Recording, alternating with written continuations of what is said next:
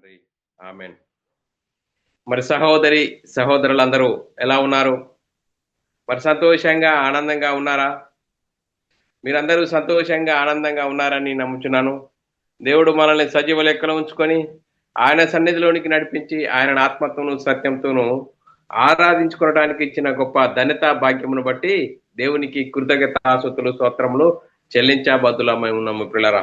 సహోదరులమైన మనము ఒకరికొకరు వందనములు చెల్లించుకోవాలని బైబిల్లోని ఆత్మనియమము సూచిస్తుంది. దాన్ని మనము అర్థం చేసుకుంటూ అనుసరిస్తూ ముందుకు సాగుదాం. ప్రియులారా, ఈరోజు సంఘంగాను సమాజంగాను కూడుకున్న మనము మరి సంతోషంగా ఆనందంగా ఉన్నామా? మరి సంతోషంగా ఆనందంగా ఉండాలి. ఎందుకు సంతోషంగా ఆనందంగా ఉండాలి? దేవుడు మనల్ని సజీవ లెక్కలో ఉంచుకొని ఆయన సన్నిధిలోనికి నడిపించి ఆయన ఆత్మతోను సత్యంతోను ఆరాధించుకోవడానికి ఇచ్చిన గొప్ప ధన్యత భాగ్యమును బట్టి దేవునికి కృతజ్ఞతాస్తుతులు స్తోత్రములు చెల్లించబద్దులమై ఉన్నాము పిల్లరా. మరి ఈరోజు పిల్లరా, సంఘానికి వచ్చిన మనము చాలా అద్భుతమైన అంశము నేర్చుకుందాం పిల్లరా. ఈరోజు మనము నేర్చుకునబోయే అంశము సువార్త ప్రకటన దేవుని వలన కలిగినదాయన, మీరు వారిని వ్యర్థపరచలేరు. సువార్త ప్రకటన దేవుని వలన కలిగినదాయన, మీరు వారిని వ్యర్థపరచలేరు అనే అంశము నేర్చుకుందాం పిల్లరా. మరి మూలవాక్యాన్ని మనం చదువుకుందాం పిల్లరా. మూలవాక్యం అపొస్తలుల కార్యము 5వ అధ్యాయము 39వ వచనం. మరి ఈ సందర్భం అంటే పిల్లరా, మరి గమానియేలు మహాసభ ఎదుట మాట్లాడుతున్న సందర్భం. గమానియేలు మహాసభ ఎదుట మాట్లాడుతున్న సందర్భము. అయితే అది దేవుని వలన కలిగినదైతే మీరు వారిని వ్యర్థపరచలేరు. ఒకవేళ మీరు దేవునితో పోరాడువారగుదురు సుమి అని చెప్పాను. చూడండి పిల్లరా, మరి మరి గమానియేలు మహాసభ ఎదుట చెప్తున్న సందర్భం పిల్లరా. మరి ఒకవేళ దేవుని వలన కలిగినదాయన, మీరు వారిని వ్యర్థపరచలేరు. ఒకవేళ మీరు దేవునితో పోరాడువారగుదురేమో సుమి అని అంటున్నాడు పిల్లరా. మరి మనం ఆలోచన చేద్దాం పిల్లరా. ఈ సందర్భం ఏంటో మరి మనం ఆలోచన చేసినట్లయితే ఈ అంశాన్ని ఎందుకు నేర్చుకోవాలి అన్నది మనము ఆలోచన చేసినట్లయితే పిల్లరా, ఈ అంశాన్ని ఎందుకు నేర్చుకోవాలి? మరి ఆదిమ క్రైస్తవ కాలంలో అపోస్తలులు యేసుని గురించి ధైర్యంగా బోధిస్తున్న కాలంలో సువార్త ఆపడానికి యూదుల మహాసభ ప్రయత్నించిన సందర్భం పిల్లరా. యూదుల మహాసభ ప్రయత్నించిన సందర్భము. మరి ఈ సందర్భాన్ని 3 సందర్భాలుగా మనం ఆలోచన చేసినట్లయితే అపోస్తలులు యేసుని గురించి ధైర్యంగా బోధించుచున్నారు. 1, అపోస్తలులు యేసుని గురించి ధైర్యంగా బోధించుచున్నారు. 2, మహాసభ వాళ్ళని చంపాలని ప్రయత్న పడుతున్నారు. చూడండి, వారిని చంపాలని ఆలోచిస్తున్నారు.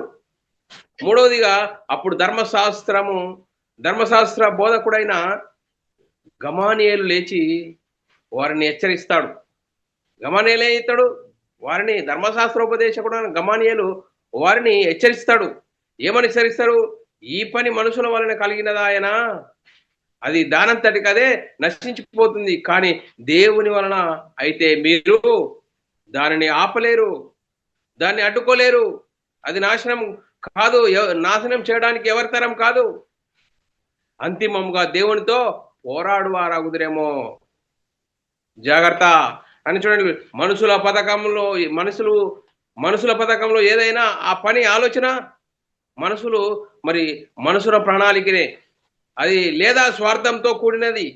కానీ దేవుని వలన అయితే దాన్ని మీరు వ్యర్థపరచలేరు. దేవుని చిత్తమైతే దాన్ని మనుషులు ఆపలేరు. నిజమైన సువార్త ఎప్పుడు కొనసాగుతూనే ఉంటుంది మరియు నిలిచే ఉంటుంది పిల్లారా. మరి మనం ఆలోచన చేద్దాం పిల్లారా. మరి ఇంత గొప్ప మరి సువార్తను ఆపడానికి ఆ రోజు ప్రారంభంలో మరి గమానియేలు మరి వారిని హెచ్చరించాడు. మనుషుల వలన కలిగిన అది వ్యర్థమవుతుంది, కానీ దేవుని వలన కలిగినదైతే వారిని మీరు వ్యర్థపరచలేరు. ఒకవేళ దేవునితో పోరాడవారగుదురేమో సుమి అన్నాడు. అందుకోసమే లేఖనాలను పరిశీలన చేసుకుంటూ లేఖనాలను చూసుకుంటూ ముందుకు సాగుదాం పిల్లరా. మరి అపొస్తలుల కార్యంలో 5వ అధ్యాయం 28 నుంచి 42 వచనము మనం చూసుకున్నట్లయితే అపోస్తలుడు యేసుక్రీస్తు మరణ సమాధి పునరుద్ధానం గురించి సువార్తను ప్రకటిస్తున్నప్పుడు వారిని ఎంతో మంది ఆటంకాలు సృష్టించారు పిల్లలు. ఆటంకపరిచారు. ఎందుకంటే నిజమైన సువార్తకు ఎప్పుడు ఆటంకమే కలుగుతుంది. చూడండి పిల్లలు, మనం ఆలోచన చేసుకుందాం. లేఖనాలను పరిశీలన చేస్తూ లేఖనాలను చదువుకుంటూ ముందుకు సాగుదాం. అపోస్తల కార్యము 5వ అధ్యాయం 28 నుంచి 42 వచనాలు చదువుకున్నట్లయితే, ప్రధాన యాజకుడు వారిని చూసి, మీరు ఈ నామమును బట్టి బోధింపకూడదని మేము మీకు ఖండితంగా ఆజ్ఞాపింపలేదా? ఇదిగో మీరు యెరూషలేమును మీ బోధతో నింపి ఈ మనుషుని హత్య మా మీదకి తేవాలని ఉద్దేశించుచున్నారని చెప్పాను. అందుకు పేతురు, అపొస్తలులను అపొస్తలుల మనుషులకు కాదు, దేవునికే మేము లోబడాలని కదా. మీరు మానున వేలాడవేసి సంహరించిన యేసును మన పితరుల దేవుడు లేపెను. ఇజ్రాయేలీలకు మారు మనసు పాపక్షమాపణ దయచేయుటకు దేవుడు ఆయనను అధిపతిగాను రక్షకునిగాను తన దక్షిణ హస్తబలం చేత హెచ్చించి ఉన్నాడు.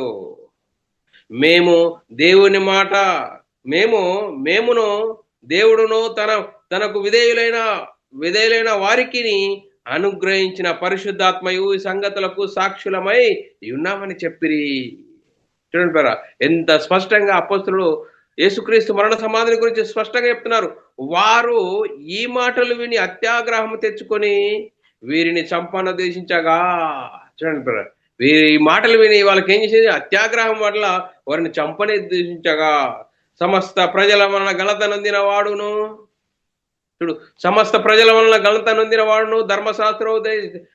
ధర్మశాస్త్రోపదేశకుడైన గమానియేలు, ఒక పరిసయ్యుడు మహాసభలో లేచి ఈ మనుషులను కొంతసేపు వెలుపలికి ఉంచుడని ఆజ్ఞాపించుడని వారితో ఇట్లా, నేను వీరిని పక్కకుంచండి, నేను మీకు ఒక ఆలోచన చెప్తాని గమానియేలు చెప్తున్నాడు.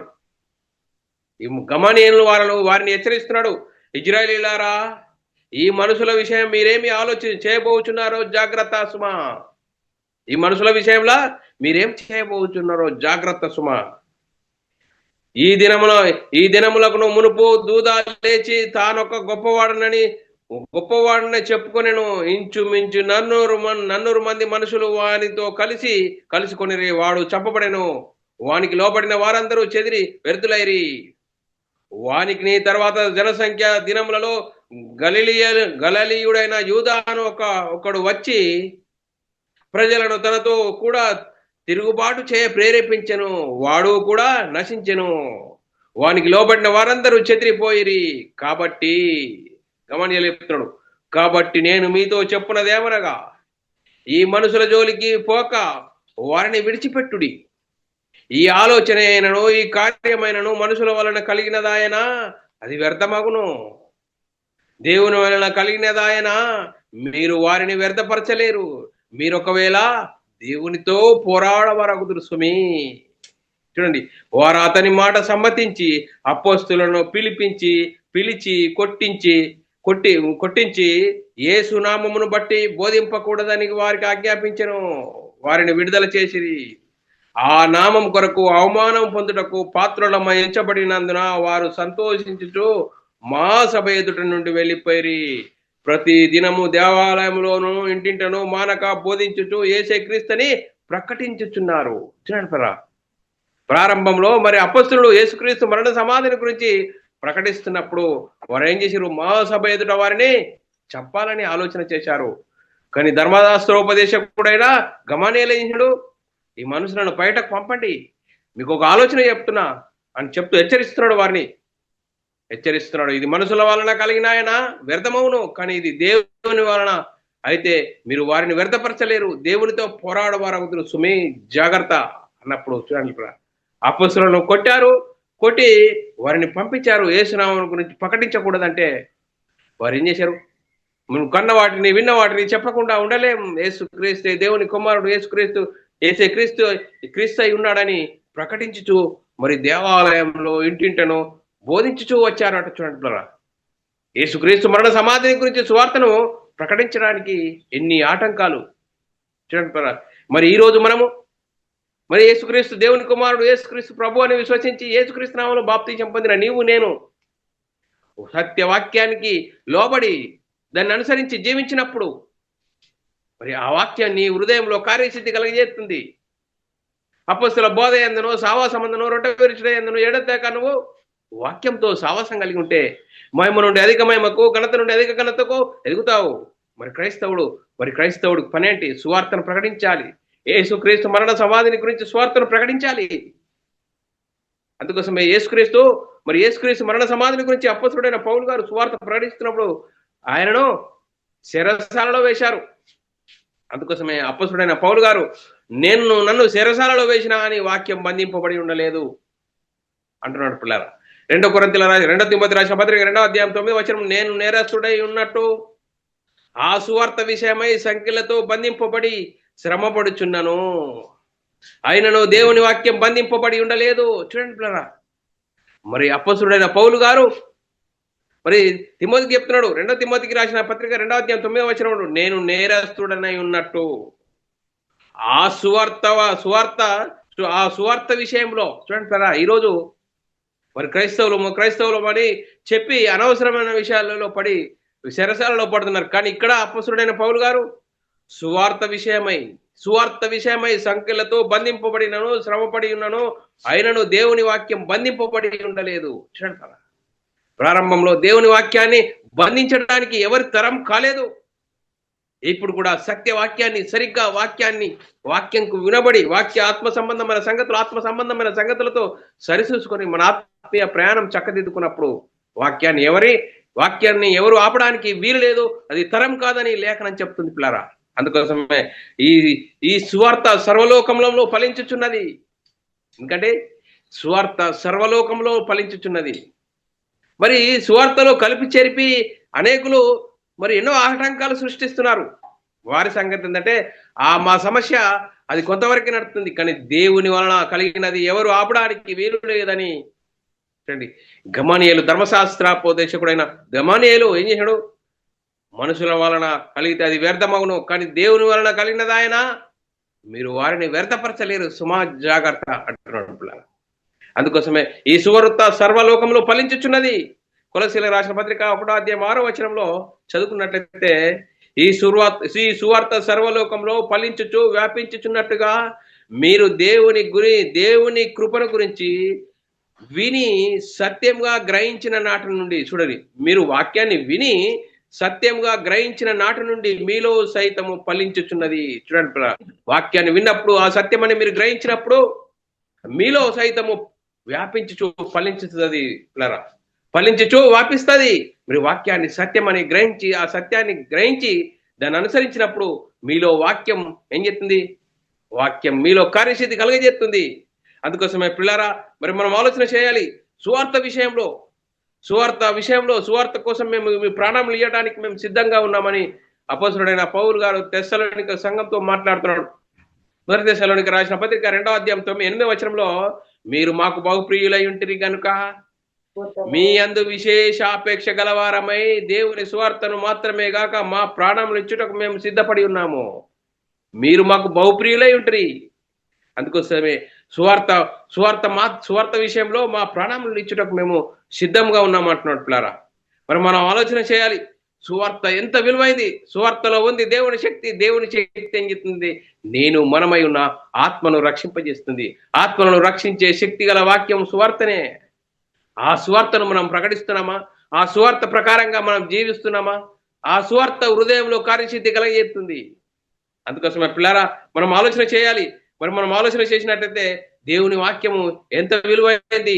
ఆ పరిశుద్ధాత్మ వలన పరిశుద్ధపరచబడిన వారై సువార్త విషయంలో యాజక ధర్మం జరిగించుచున్నామంటున్నాడు పిల్లారా. రోమా సంఘంతో అపొస్తలుడైన పౌలు గారు మాట్లాడుతున్నాను. ఆయనను అన్ని జనులు అను అర్పణ పరిశుద్ధాత్మ వలన పరిశుద్ధపరచబడి ప్రీతికరమగునట్లు నేను సువార్త విషయమై యాజక ధర్మం జరిగించుచు దేవుని చేత నాకు అనుగ్రహింపబడిన కృపను బట్టి అన్ని జనుల నిమిత్తము యేసుక్రీస్తు పరిచారకుడనై ఉన్నాను. అన్ని జనుల నిమిత్తము యేసుక్రీస్తు పరిచారకుడనై ఉన్నాను అంటున్నాడు. చూడండి, మనం ఆలోచన చేయాలి. మరి అందుకోసం మేము రాయబారులము, క్రీస్తు విషయంలో మీకు రాయబారులం అంటున్నాడు. ఎఫెసీయులకు రాసిన పత్రిక 6వ అధ్యాయం 19వ వచనం, మరియు నేను దేని నిమిత్తము రాయబారినై సంఖ్యలలో ఉన్నాను, ఆ సువార్త మర్మము ధైర్యంగా తెలియజేయుటకు నేను నోరు తెరిచినప్పుడు చూడండి బ్రదర్, ఆ సువార్త నేను నోరు తెరిచినప్పుడు చూడండి బ్రదర్, రాయపారము ఏంటి, దేవునితో సమాధాన పడండి, యేసుక్రీస్తు నమ్ముకోండి, యేసుక్రీస్తు నమ్ముకుంటే దేవుని ఇంటి వారం, దేవునికి వారసులం అవుతాము. బతి మాలుకోవాలి. చూడండి బ్రదర్, నోరు తెరిచి మాట్లాడుతున్నాను, సువార్త ప్రకటించాలి. అందుకోసమే పిల్లారా, మరి మనం ఆలోచన చేయాలి, మనం ఏం చేస్తున్నాం? మరి సువార్తను అనుసరించి జీవిస్తున్నామా? సువార్తను ప్రకటిస్తున్నామా? సంఘంగాను సమాజంగాను కూడుకుంటున్నామా? ఏంటి మన పరిస్థితి ఏంటి? ఆ సువార్త హృదయంలో కార్యసిద్ధి కలగజేసేది. అందుకోసమే ప్రారంభం నుంచి సువార్తకి ఎన్నో ఆటంకాలు.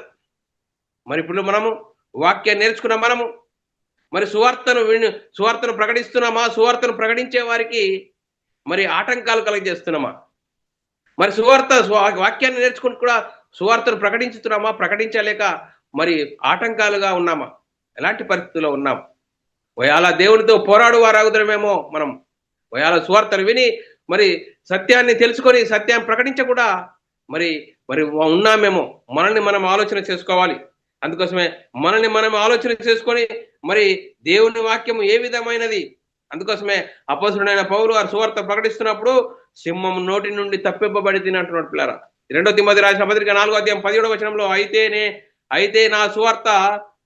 అయితే నా ద్వారా సువార్త పూర్ణంగా ప్రకటింపబడు నిమిత్తము అన్యజనులందరూ దాని విను నిమిత్తము ప్రభువు నా పక్క నిలిచి నన్ను బలపరిచెను గనుక నేను సింహము నోటి నుండి తప్పింపబడేదిని. చూడండి, అన్యజనులకు సువార్తను ప్రకటిస్తున్నప్పుడు మరి ఎన్నో ఆటంకాలు, ఎన్నో ఇబ్బందులు, కానీ సింహము నోటి నుండి నన్ను తప్పించినట్లు దేవుడు నా పక్కకు నిలిచి ఉన్నాడు.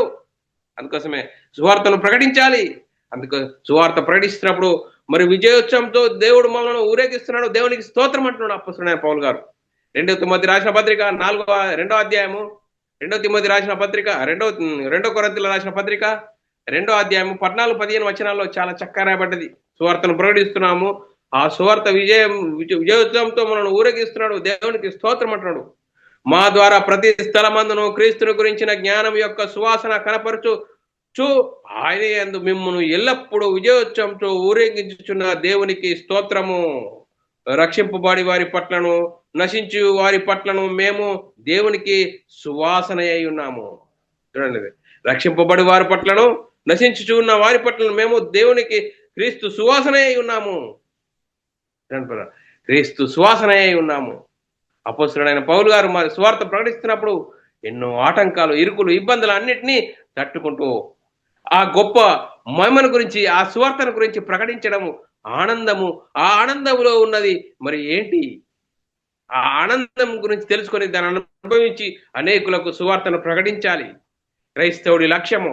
క్రైస్తవుడు క్రీస్తు మహిమను ధరించుకున్న నీవు ఆ క్రీస్తు మహిమ గురించి ప్రకటించవలసిన అవసరము, బాధ్యత క్రైస్తవులుగా మనకున్నది. అందుకోసమే ఆ గొప్ప భాగ్యాన్ని మనము అర్థం చేసుకొని అనుభవిస్తూ ఉన్నామా? అనుసరిస్తున్నామా? ప్రకటిస్తున్నామా?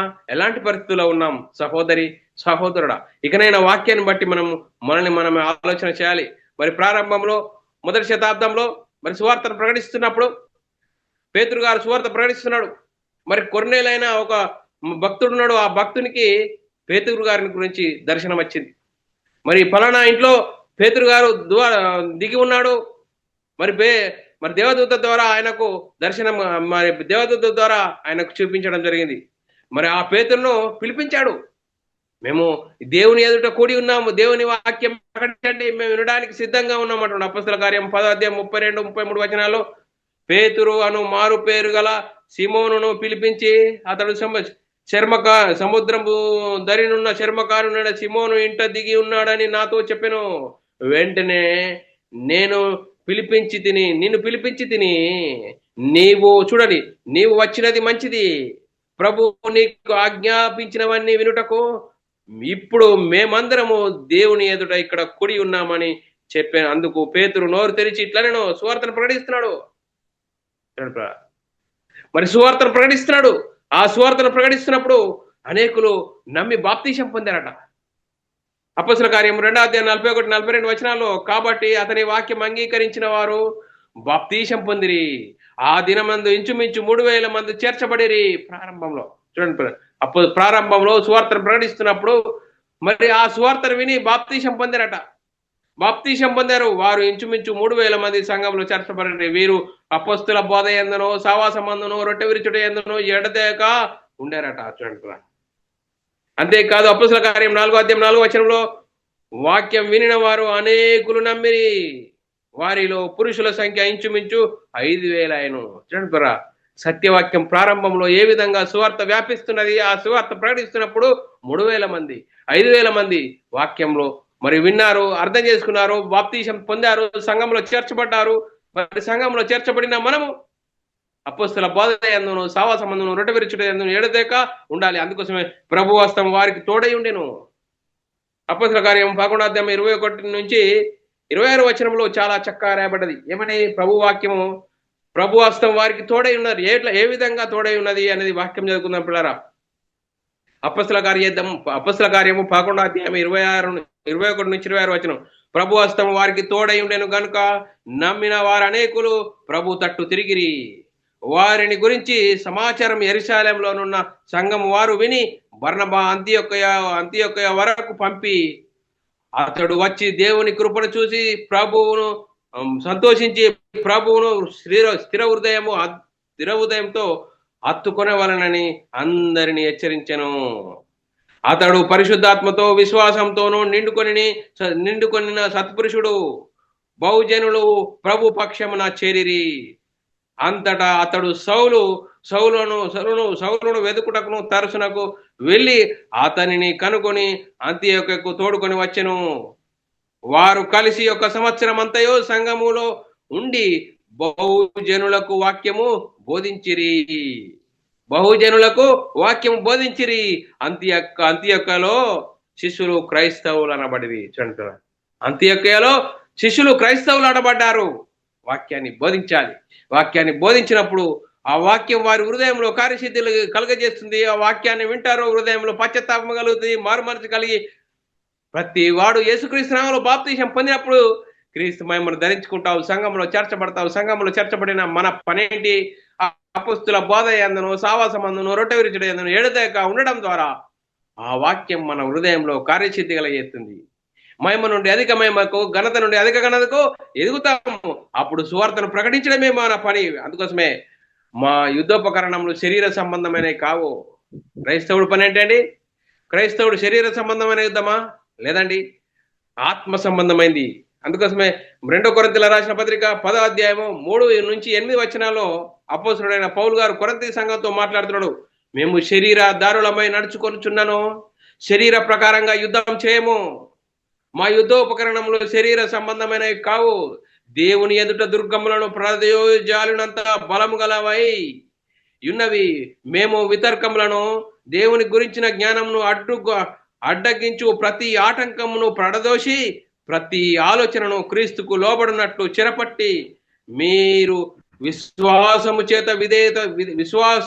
వీరు సంపూర్ణ విధేయత చేత కనపరుచున్నప్పుడు సమస్తమైన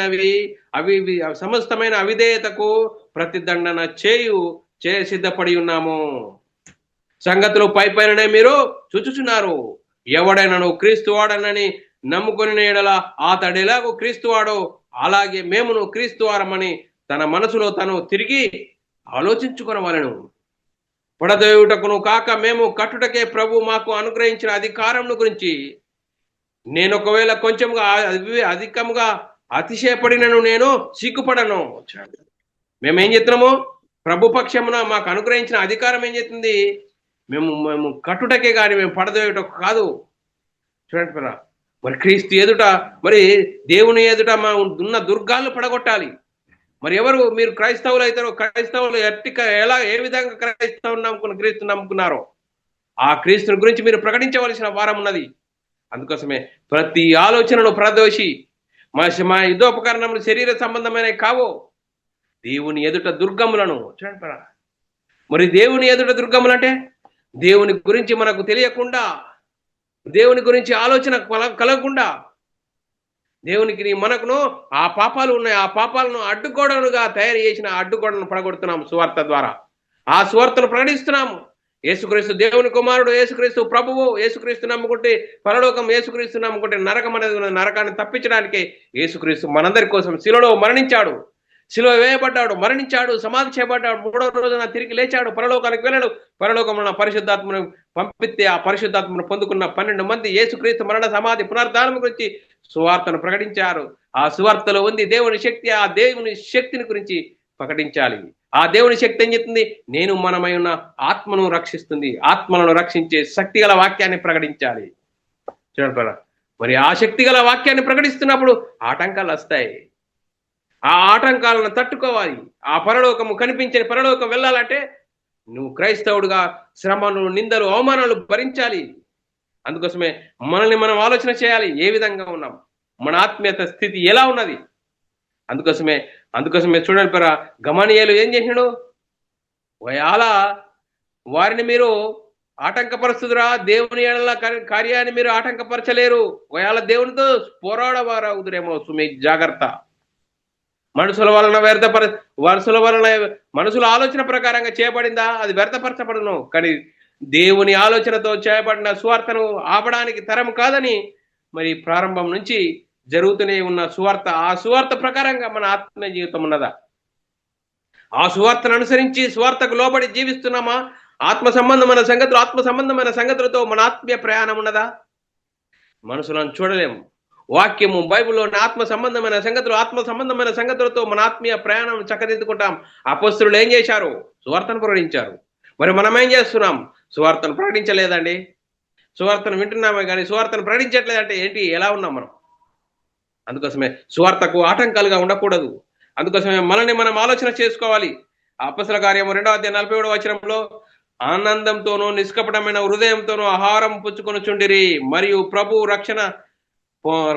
రక్షణ పొందుచున్న వారిని అనుదినము వారితో చేర్చుచుండిరి. సువార్త ప్రకటిస్తున్నప్పుడు సంఘములు చేర్చబడుతున్నారు. అందుకోసమే ఇంకా ప్రజలు సంఘములు చేర్చబడుతున్నారు. చూడండి, మరి అపొస్తలుల కార్యం 5వ అధ్యాయం 14వ వచనం, ప్రజలు వారిని గణపరచుచుండిరి, పురుషులను స్త్రీలను అనేకులు మరీ ఎక్కువగా విశ్వాసులై ప్రభు పక్షమున చేర్చబడిరి. చూడండి, ప్రభు పక్షమున చేర్చబడిరి. మరి ప్రారంభ సంఘంలో మరి హింస కలుగుతున్నది. అపొస్తలుల కార్యము 8వ అధ్యాయము 1వ వచనంలో, ఆ కాలమందు యెరూషలేములో సంఘమును గొప్ప హింస కలిగినందున అపొస్తలులు తప్ప అందరూ యూదయ సమరయ దేశములు యందు చెదిరిపోయిన వారు ఉట్టినే ఉన్నారా? ఎక్కడో వాక్యాన్ని సువార్త ప్రకటిస్తున్నారు. మరి మనం ఏం చెప్తున్నాం? క్రీస్తును విశ్వసించిన సహోదరి సహోదరుడా, సువార్తకు లోబడ్డ నీవు, సువార్త ప్రకారంగా కనబడిన నీవు మరి సువార్తను ప్రకటిస్తున్నావా? ఆ సువార్తను ప్రకటించడమే క్రైస్తవుడికున్న లక్ష్యం. ఆ సువార్తలో ఉంది దేవుని శక్తి. ఆ దేవుని శక్తి ఉంది నేను మనమై ఉన్న ఆత్మను రక్షించే శక్తి గల వాక్యాన్ని ప్రకటించాలి.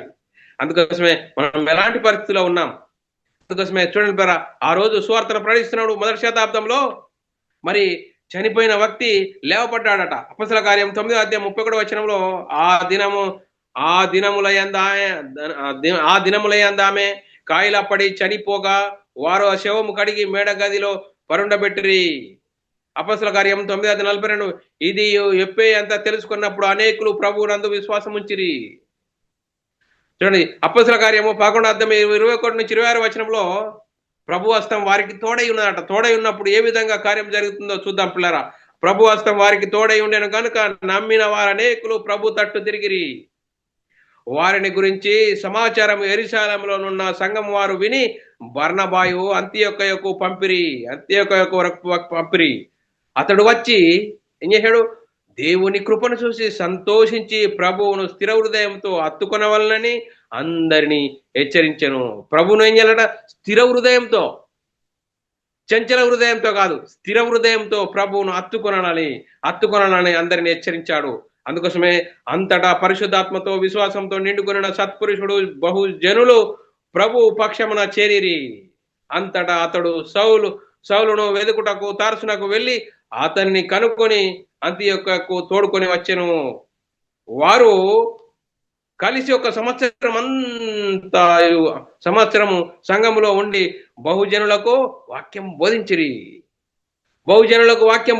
చూడండి పిల్లరా, వాక్యాన్ని బోధించాలి. బోధించినప్పుడు వాక్యం హృదయంలో కార్యసిద్ధి కలిగజేస్తుంది.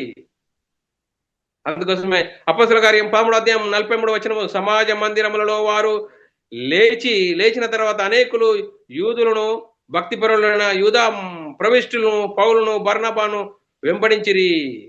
వీరి వీరి వారితో మాట్లాడుచు దేవుని కృపయందు నిలకడగా నుండవలనని వారిని హెచ్చరించెను. ఎవరైతే వారి సమాజ మందిరంలోకి వచ్చినప్పుడు వారిని మాట్లాడుతున్నప్పుడు వాక్యాన్ని ప్రకటించడం, వాక్యంలో వారిని స్థిరపరచడము వారికి పనిగా ఉన్నది పిల్లరా. అందుకోసమే మనం ఎలాంటి పరిస్థితుల్లో ఉన్నాం? సువార్తను ప్రకటిస్తున్నామా? ఆ సువార్త ప్రకారంగా మన ఆత్మీయ జీవితం ఉన్నదా? ఆత్మ సంబంధమైన సంగతులతో సరిచూసుకుంటున్నామా? ఈ రోజు సంఘానికి రావడమే కష్టం అనుకుంటున్నామా? ఎలాంటి పరిస్థితిలో ఉన్నావు? మరి కనిపించిన పరలోకం వెళ్ళాలంటే నువ్వు ఎలా వెళ్తావు? సువార్తను ప్రకటించాలి. ఆ సువార్తకు ఆటంకాలు వస్తాయి. ఆ సువార్త ప్రకారంగా మన ఆత్మీయ జీవితం ఉన్నదా లేదా అనేది మనల్ని మనం చూసుకోవాలి.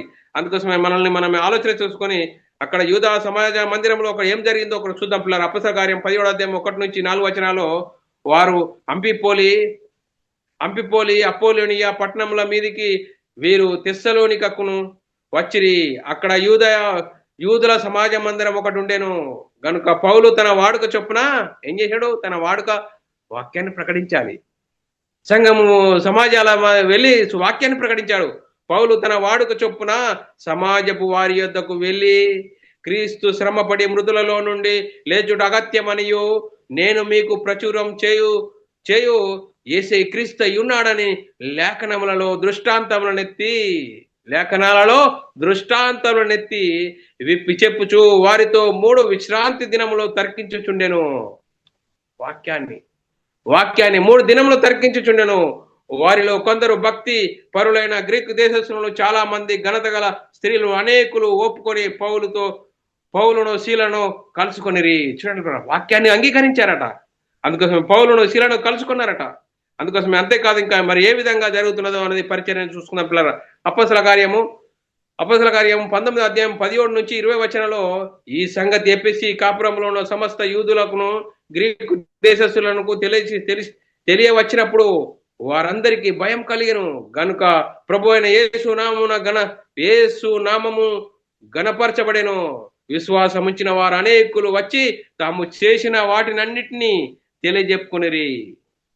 మరియు మాంత్రిక విద్య అభ్యసించిన వారు అనేకులు తమ పుస్తకములను తెచ్చి అందరి ఎదుట వాటిని కాల్చివేసిరి. వారి లెక్క చూడగా వాటి వేల 50,000 వెండి రూకలాయను. ఇంత ప్రభావంతో ప్రభు వాక్యము బలమై వ్యాపించెను. చూడండి, ప్రారంభంలో ఎంత వాక్యాన్ని ఆపాలనుకున్నారు, కానీ ఎంత వాక్యాన్ని ఆపాలనుకుంటే అంత ఉధృతమైతూనే ఉన్నది. చూడండి, ప్రారంభం నుంచి ఇప్పటి వరకు కూడా సత్యవాక్యాన్ని ఏ విధంగా ఆపాలి? మీరు దేని గురించి అన్నా చెప్పండి, యేసునామం గురించి చెప్పొద్దన్నారు ప్రారంభంలో. వాళ్ళు ఏమన్నారు? మేము కన్న వాటిని విన్న వాటిని చెప్పకుండా ఉండలేము. దేవుని మాట పెద్దదా, మీ మాట పెద్దదా? అందుకోసమే గమనియలేనుడు, మీరు మనుషుల వలన మీరు వారు చెప్పే వాక్యానికి ఆటంకం చేస్తున్నారా? అది మనుషుల వలన అయితే వ్యర్థపరచబడను, కానీ దేవుని వలన కలిగినదైతే దేవునితో పోరాడవారగుదురు సుమి. చూడండి, దేవుని వాక్యం బలంగా వ్యాపిస్తున్నది. ఇంకంతేకాదు, దేవుని వాక్యం ప్రకటిస్తున్నప్పుడు ఇంకా ఏ విధంగా ముందుకు సాగుతున్నారు అనేది మనం ఆలోచన చేసినట్లయితే అపొస్తలుల కార్యం 13వ అధ్యాయం 48-49 వచనాలు, అన్యజనులు ఆ మాట విని సంతోషించి దేవుని వాక్యం మయపరిచిరి. మరియు నిత్య జీవము నిర్ణయింపబడిన వారందరూ విశ్వాసం ఉంచిరి. ప్రభు వాక్యము ఆ ప్రదేశమంతటా వ్యాపించెను. చూడండి, వాక్యము వ్యాపిస్తూనే ఉన్నది, కానీ సర్వలోకంలో సువార్త ఫలించుచున్నది. మరి సువార్త ఫలించాలంటే ఏం చేయాలా? సువార్త ప్రకటించేవారు కావాలి. సువార్త ప్రకటించాలంటే ఏం చేయాలా? వాక్యం వినాలి. వాక్యం వినాలంటే వాక్యం చెప్పేవారు ఉండాలి. వాక్యం చెప్పి నేర్చుకుని మనం ఏం చెప్తున్నాము? నేర్చుకున్నది మన దగ్గరనే ఉంచుకుంటున్నామా? నేర్చుకున్నది అనేకులకు ప్రకటించాలి. నీకున్న సామర్థ్యం నువ్వు ఏ విధంగా చెప్తావు? నీ సామర్థ్యమును బట్టి నువ్వు నేర్చుకున్నది అనేకులకు ప్రకటించాలి. సర్వలోకంలో వాక్యం ఫలించాలంటే సువార్త ప్రకటించబడాలి. ఆ సువార్త సత్య సువార్త అయి ఉండాలి. ఆ సత్య సువార్త అయి ఉన్నప్పుడు ఎన్నో ఆటంకాలు వస్తాయి. ఆటంకాలు ఆపడానికి ఎవరి తరం కాదని లేఖనాలు చెప్తున్నాయి పిల్లరా. ధర్మశాస్త్రోపదేశకుడు ఏం చెప్తున్నాడు? ఒకవేళ మనుషుల వలన ఏర్పరచబడితే అది వ్యర్థపరచబడను, కానీ దేవుని వలన అది ఏర్పరచబడ్డదా? వారిని వ్యర్థపరచలేరు. మీరు ఒకవేళ దేవునితో పోరాడవారగుదురేమో సుమి జాగ్రత్త అంటున్నట్ల. అందుకోసమే మనం ఆలోచన చేయాలి. మనం ప్రకటించేది సత్య సువార్త అయి ఉండాలి. మనుషులను సంతోషపెట్టే బోధ బోధించకూడదు. శరీర సంబంధమైన ప్రకృతి సంబంధమైన బోధ బోధించకూడదు. స్వార్థను ప్రకటించాలి. అందుకోసమే చూడండి అపోస్తలుల కార్యము 8:12 అప్పుడు అయితే ఫిలిప్పు దేవుని రాజ్యం గురించి యేసు నామమును గురించి సువార్త ప్రకటించుచుండగా వారు అతని నమ్మి పురుషులు స్త్రీలు బాప్తీసం పొందిరి. చూడండి వాక్యం ప్రకటిస్తున్నప్పుడు నమ్మిన బాప్తీసం పొందుతున్నారు. అపోస్తలుల కార్యం 2:37 మరి ఏమంటారు? వారు ఈ మాటలను విని సువార్తను ప్రకటిస్తున్నప్పుడు వారు ఈ మాటలు విని హృదయంలో నొచ్చుకొని సహోదరులారా మేమేమి చేతుమంటే పేతురును కడమ అపోస్తలుల ఎదురుకు వచ్చారు. వారి ఎదురుకు వచ్చినప్పుడు పేతురు ఏమన్నాడు? ప్రతి వాడు మారు మనసు పొంది పాప క్షమాపణ ప్రతి వాడు యేసుక్రీస్తు నామములో బాప్తీసం పొందాలి. అప్పుడు పాప జీవితము బాప్తీసంలో పాతి పెట్టబడుతుంది. తిరిగి లేవడం ద్వారా క్రీస్తు మహిమను ధరించుకుంటావు. సంఘంలో చేర్చబడతావు. సంఘంలో చేర్చబడిన నీవు క్రీస్తు మహిమను ధరించుకుంటావు. ఆ క్రీస్తు మహిమను ధరించుకున్నప్పుడు అప్పుడు నీ మనోనేత్రాలు ఎలింపబడతాయి. బైబిల్లోని ఆత్మ సంబంధమైన సంగతులు అర్థమవుతాయి. యేసుక్రీస్తు ఎవరు? యేసుక్రీస్తు ఎందుకు నమ్ముకోవాలి? శరీర సంబంధంగా ఏదో ఈ 60-70 సంవత్సరాల కోసం ఏదో నీకు ఆశలు, మరి ఏదో లాభం కలుగుతుందని యేసుక్రీస్తుకు వస్తున్నావా? అలా కాకూడదు, అలా రాకూడదు. ఆత్మరక్షణ, నిత్య జీవం, పరలోక ప్రాప్తి. యేసుక్రీస్తు నమ్ముకుంటే ఆత్మరక్షణ, నిత్య జీవం, పరలోక ప్రాప్తి. దాని గురించి యేసుక్రీస్తుకు రావాలి.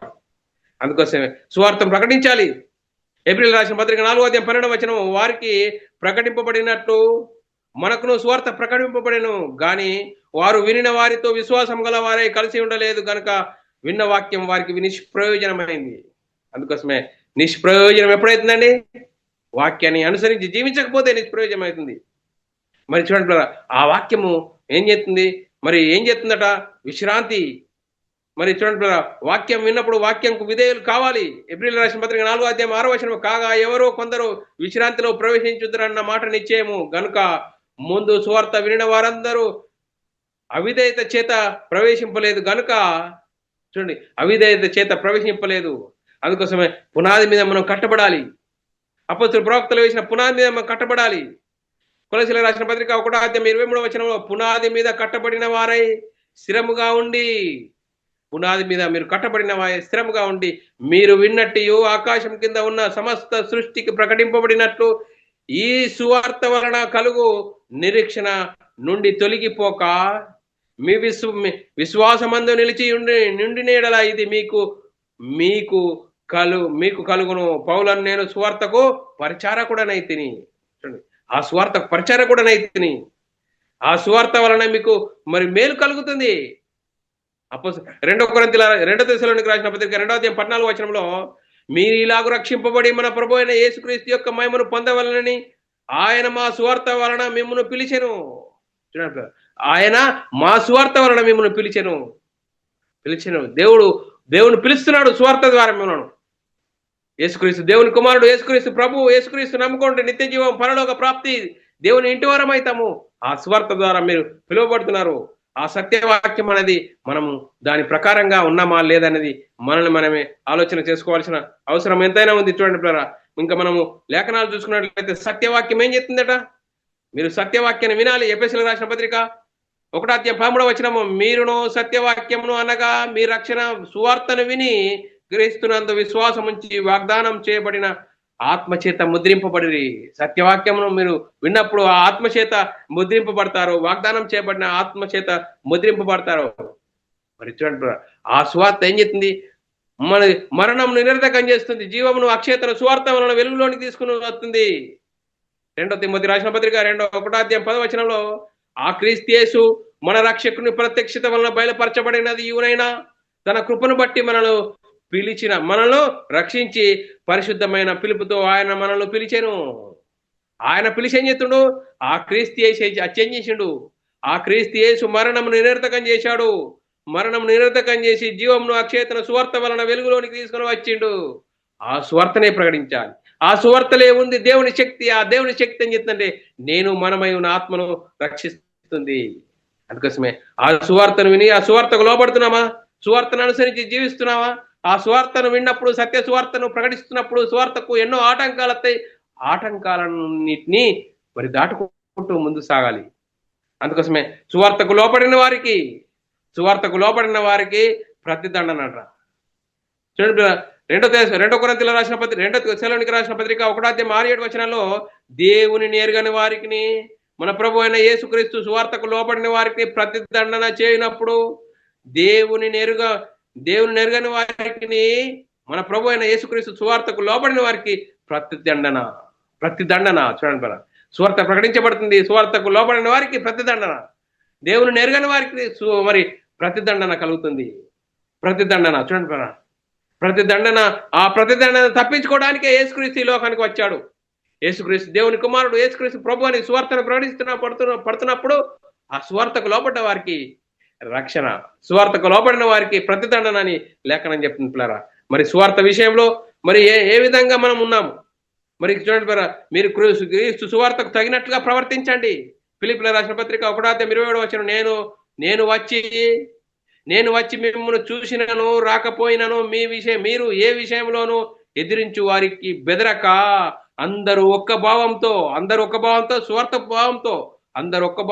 సువార్తను విశ్వాసపక్షమున పోరాడుచు ఏక మనసు గలవారై నిల్చుండవలని మిమ్మల్ని గురించి వినులాగున మీరు క్రీస్తు సువార్తకు తగినట్లుగా ప్రవర్తించండి.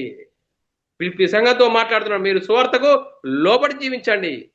మరి చూడండి, ఎదిరించు వారికి బెదరక ఒక్క భావంతో. అపొస్తలులు ప్రవక్తలు ఏ విధంగా సువార్తకు లోబడ్డారు, సువార్తను అనుసరించారు, సువార్త ప్రకటించారు, మీరు కూడా ఆ విధంగా ఒక్క భావంతో వాక్య భావంతో ఉండాలి. అందుకోసమే ఆ వాక్య భావంతో ఉన్నారా? మేలు లేకుంటే తీర్పు అనేది జరుగుతుంది. చూడండి పరా, 1 పేతురు రాసిన పత్రిక 4:17 తీర్పు దేవుని ఇంటి యొద్ద ఆరంభము కాలం వచ్చుచున్నది, అది మన యొద్దనే ఆరంభమైతే దేవుని సువార్తకు అవిధేయులైన వారి సంగతి ఏమగును? చూడండి పరా, సువార్తకు అవిధేయులైన వారి సంగతి ఏమవును? దేవుని ఇంటి యొద్ద ఆరంభము కాలము వచ్చి ఉన్నది, అది మన యొద్దనే ఆరంభమైతే సువార్త మరి మన యొద్దనే ఆరంభమైతే దేవుని సువార్తకు అవిధేయులైన వారి సంగతి ఏమగును? తీర్పు జరుగుతుంది. సువార్త ప్రకటించబడుతుంది, ఆ సువార్తనే తీర్పు జరుగుతుంది. యేసుక్రీస్తు దేవుని కుమారుడు, యేసుక్రీస్తు నమ్ముకుంటే నిత్య జీవం, యేసుక్రీస్తు నమ్ముకుంటే నరకం అనేది ఉన్నది. నరకాన్ని తప్పించడానికి యేసుక్రీస్తు మనందరి కోసం శిలువలో మరణించాడు, శిలువ వేయబడ్డాడు, మరణించాడు, సమాధి చేయబడ్డాడు, 3వ రోజున తిరిగి లేచాడు, పరలోకానికి వెళ్ళాడు, పరలోకంలో పరిశుద్ధాత్మను పంపించాడు. ఆ పరిశుద్ధాత్మను పొందుకున్న 12 మంది యేసుక్రీస్తు మరణ సమాధి పునరుద్ధానం గురించి సువార్తను ప్రకటించారు. ఆ సువార్తలో ఉంది దేవుని శక్తి. ఆ దేవుని శక్తి ఏం చెప్తుంది? మనమై ఉన్న ఆత్మను రక్షింపజేస్తుంది. ఆత్మరక్షణ, నిత్య జీవం, పరలోక ప్రాప్తి, దేవుని ఇంటి వారం అవుతాం యేసుక్రీస్తు నమ్ముకుంటే. చూడండి పిల్లరా, ఆ దేవుని కృపను బట్టి మనము ఏ విధంగా ఉన్నాం. అందుకోసమే సువార్తను ప్రకటిస్తున్నప్పుడు భిన్నమైన సువార్త తట్టుకు తిరిగారట. గలతీయులకు రాసిన పత్రిక 1:6 క్రీస్తు కృపను బట్టి మిమ్మల్ని పిలిచిన వారిని విడిచి భిన్నమైన సువార్త తట్టుకు మీరు ఇంత త్వరగా తిరిగిపోవడం నాకు ఆశ్చర్యమవుతున్నది. అపొస్తలుడైన పౌలు గారు గలతీ సంఘంతో మాట్లాడుతున్నాడు. క్రీస్తు కృపను బట్టి మిమ్మల్ని పిలిచిన వారిని విడిచి భిన్నమైన సువార్త తట్టుకు మీరు ఇంత త్వరగా తిరిగిపోవడం కూడా నాకు ఆశ్చర్యమవుతున్నది.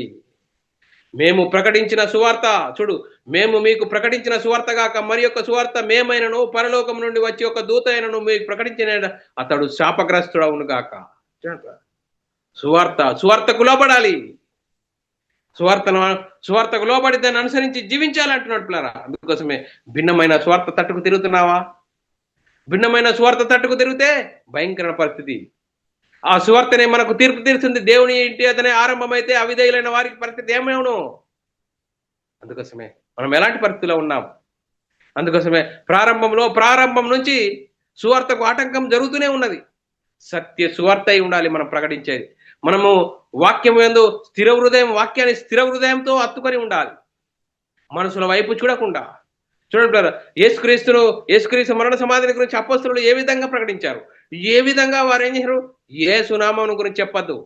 మరి దేవుని వాక్యం పెద్దదా, మీ మాట పెద్దదా? మీరే చెప్పండి. చూడండి, మేము కన్న వాటిని విన్న వాటిని చెప్పకుండా ఉండలేము. ఆ కనిపించే పరలోకం చేరాలంటే సువార్తను ప్రకటించాలి, సువార్తకు లోబడాలి. ఆత్మ సంబంధమైన సంగతులతో మన ఆత్మీయ ప్రయాణం చక్కదిద్దుకోవాలి. అందుకోసమే చూడండి మరి గమనియేలు ఏమన్నాడు? మీరు వారిని ఆటంకపరుస్తున్నారా? అది దేవుని మనుషుల వలన అయితే అది వ్యర్థపరచబడను, కానీ దేవుని వలన కలిగినదైతే మీరు వ్యర్థపరచలేరు. మీరు దేవునితో పోరాడవారగుదురు సుమీ అన్నాడు. అందుకోసమే మనం ప్రకటించేది సత్య సువార్త అయి ఉండాలి. ఆత్మ సంబంధమైన సంగతులతో సరిచూసుకుంటూ మన ఆత్మీయ ప్రయాణం చక్కదిద్దుకోవాలి. మనసుల వైపు చూడకుండా. చూడండి మరి శరీరాశ, నేత్రాశ, జీవోపడమ్యం చూపేవాడు సాతాను ఉంటాడు. నిన్ను భ్రమలో నడుపుతాడు. నువ్వు సంఘానికి వెళ్ళు, పాట పాడు, కానుక వేయు, నువ్వు తిరిగి నీ పని నువ్వు చేసుకుంటాడు. మరి వాక్యంకు లోబడవా? ఆ సువార్తను స్థిర హృదయంతో అత్తుకోవా? చూడండి, ప్రారంభంలో సువార్త ప్రకటిస్తున్నప్పుడు ఆ సువార్తకు లోబడ్డ వారు 3,000 మంది చేర్చబడ్డారు, 5,000 మంది చేర్చబడ్డారు. సర్వలోకంలో సువార్త ప్రకటించుతూ వ్యాపించుచున్నది. మరి ఇప్పుడు ఎందుకు వ్యాపించట్లేదు? ఏంటి ఈరోజు కల్పన కథలు చెప్పి యేసుక్రీస్తు దగ్గర రండి, యేసుక్రీస్తు నమ్ముకుంటే అన్ని సర్వ సుఖాలు కలుగుతాయని నువ్వు ప్రకటిస్తున్నావా?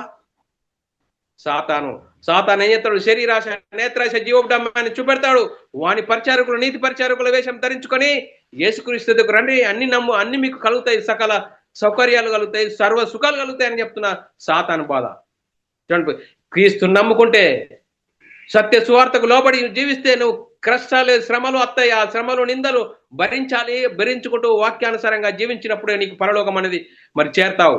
పరలోకానికి నిత్య జీవం కలుగుతుంది. వాక్యం చెప్తుందయ్యా. ఆ వాక్యాన్ని నమ్ము.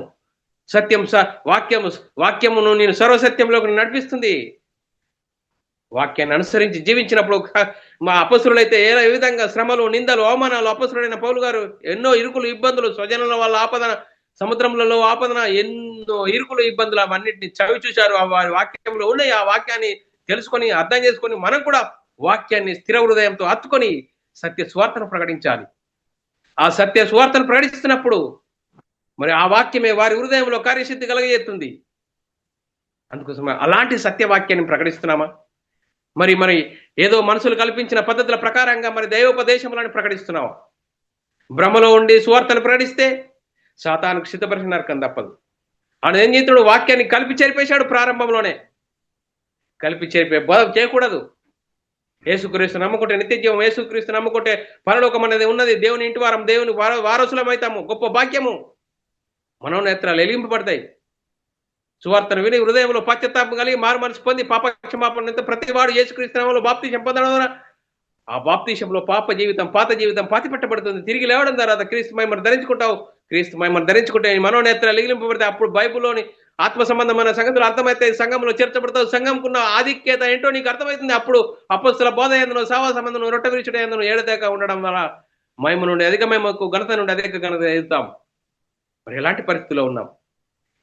మనమే ఆలోచన చేసుకోవాలి. అందుకోసమే వాక్యం ఈరోజు మనం నేర్చుకున్నాం ఏంటి? దేవుని వాక్యము, సువార్త మనుషుల వలనదాయన అది వ్యర్థపరచబడుతుంది. సువార్త ప్రకటన దేవుని వలన కలిగినదాయన మీరు వారిని వ్యర్థపరచలేరు. ఎలాంటి పరిస్థితిలో ఉన్నాం? మరి మనము ఆ వాక్యాన్ని స్థిర హృదయంతో హత్తుకొని ఇకనైనా మనము ఆ సువార్తకు లోబడి సువార్తను అనుసరించి జీవించి సువార్త ప్రకటించే వారంగా ఉంటూ ఆ దేవుడు ఉండే పరలోకం, ఆ నిత్య జీవం చేరే గొప్ప ధన్యత దేవుడు మనకు దయచేస్తున్నాడు. మరి వింటున్న వాక్యాన్ని మనం అవునా కాదని ఆలోచించి వాక్యంకు లోబడదాం, వాక్యానుసారంగా జీవిద్దాం. మనం అందరము దేవునికి మహిమ తెచ్చేవారంగా, ఘనత తెచ్చేవారంగా ఉంటూ ముందుకు సాగుదాం. ఇంతవరకు చెప్పబడిన లేఖనం ప్రతి ఒక్కరి హృదయంలో నీరుగట్టి ఫలింపజేయను గాక. ఆమెన్. అందరికీ వందనములు. దేవునికి స్తోత్రాలు.